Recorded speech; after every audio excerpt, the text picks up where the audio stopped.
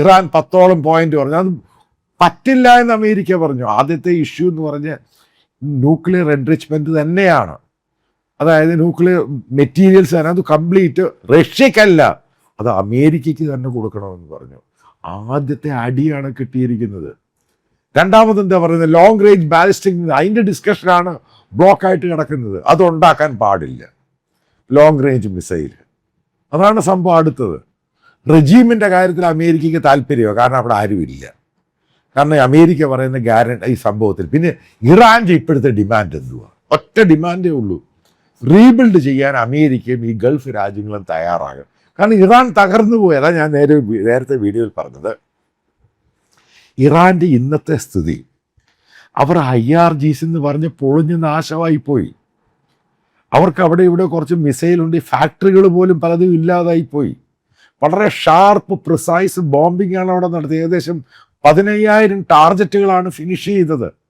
ഒരു രാജ്യത്ത് ഇറാൻ പോലെ 9 കോടിയുള്ള ജനം, ഏകദേശം 6-7 ലക്ഷം പട്ടാളക്കാർ, ഈ 15,000 ടാർജറ്റ് എന്ന് പറയുന്നത് ഇറാൻ തന്നെ ഔദ്യോഗികമായിട്ട് പറഞ്ഞ കള്ളക്കണക്കാണെങ്കിലും ഏകദേശം 3,500ഓളം അവരുടെ ആളുകൾ മരിച്ചുപോയി.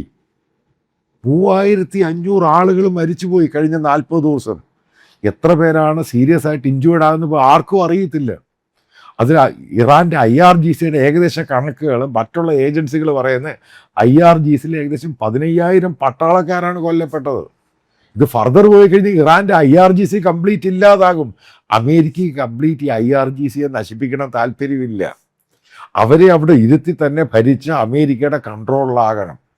അതുകൊണ്ടാണ് അവർ ഈ അമേരിക്ക ഈ പറയുന്ന ദുബായും കുവൈറ്റും UAEയുടെ സൗദിയുടെ ഒക്കെ പെട്രോ കെമിക്കൽസ് അറ്റാക്ക് ചെയ്തപ്പോൾ പോലും അമേരിക്ക ഇസ്രായേൽ വിചാരിച്ചു 1 മണിക്കൂർ കൊണ്ട് അവരുടെ കർഗ് ഐലൻഡ് എടുത്ത് ഊറക്കളയാ.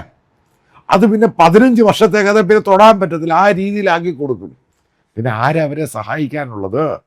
റഷ്യ എന്ന് പറഞ്ഞ രാജ്യം തന്നെ നാശക്കോടാലിയായിട്ട് കിടക്കുകയാണ്.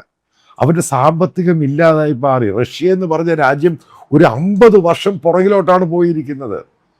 ചൈനയ്ക്ക് അമേരിക്കയെ പേടിയാണ് പല രീതിയിലും. കാരണം ചൈനീസ് എക്കോണമിയെ ഭയങ്കരമായിട്ട് ബാധിക്കുമെന്നറിയാം. ഈ പറയുന്ന അറബ് രാജ്യങ്ങളും ചൈനയുടെ എക്കോണമിയുടെ വലിയ ഭാഗമാണ്. പക്ഷെ അറബ് രാജ്യങ്ങളുടെ ലൈഫിലാണ് ഈ പറയുന്ന ഹോർമസ്. കാരണം അതുമായി ബന്ധപ്പെട്ട് ചൈന നിശബ്ദമായി. കാരണം ചൈനയുടെ വലിയ മാർക്കറ്റാണ് അത്. ഇതാണ് എല്ലാം കൊളുത്തിയാണ് കിടക്കുന്നത്.